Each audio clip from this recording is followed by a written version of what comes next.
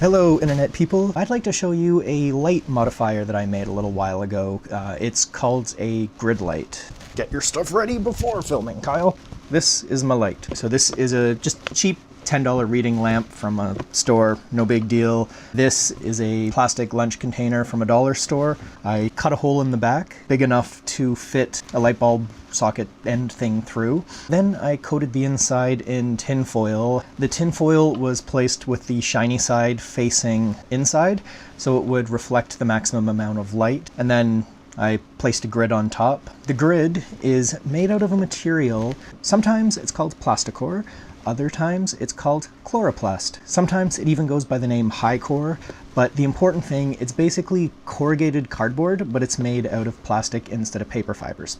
I started off using contact cement to hold these different layers together, but eventually I ran out and switched to super glue, which is when I discovered when you use a lot of super glue in a short period of time, you'll want some ventilation because it has some noxious fumes that I'd never really noticed before because I'd never really used this much in this short of a time before. So the inside of it is a warm LED bulb. If you're wondering what a grid light does, it's a tool that allows you to control or shape the light. So a light source will basically give off even light in all directions. A lampshade is a very minor way of shaping and controlling the direction that the light goes. You can shape it even more. There's a very easy to build thing called a snoot, which is actually a little bit similar to a lampshade in a way. You can just use cardboard or any kind of crappy material that you can find and just build a box and put it around the light source, and there you go. That's a snoot.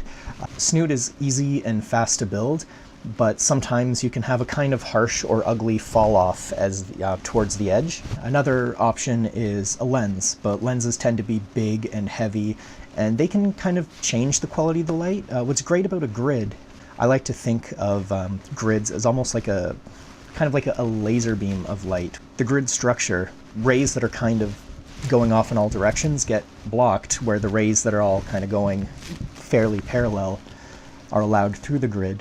So you end up with this really nice, very highly directed beam of light. But the important thing is, well, the shape of the light has been changed.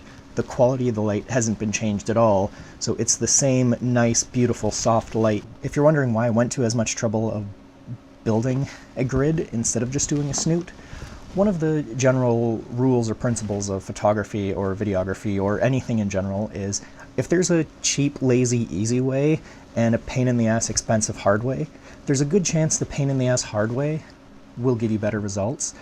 And in the case of directing light, what the grid does is give you an absolutely perfectly beautiful and even fall off from that center to the edge. It's just a very smooth, very clean gradient. And the way I'm using this primarily is it's kind of like a catch light where if I'm doing a vlog or a video, you can point this right at my face or an actor's face, and it just kind of acts as a nice fill light so you can get the details without spilling too much onto the background or onto other characters.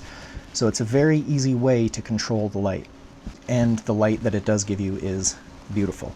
Cutting these about 3/4 of an inch thick, I am actually losing a fair amount of light, so I put about a 100-watt equivalent LED bulb inside this, which kind of looks like it's losing about half that light, so it actually looks like a 60-watt bulb.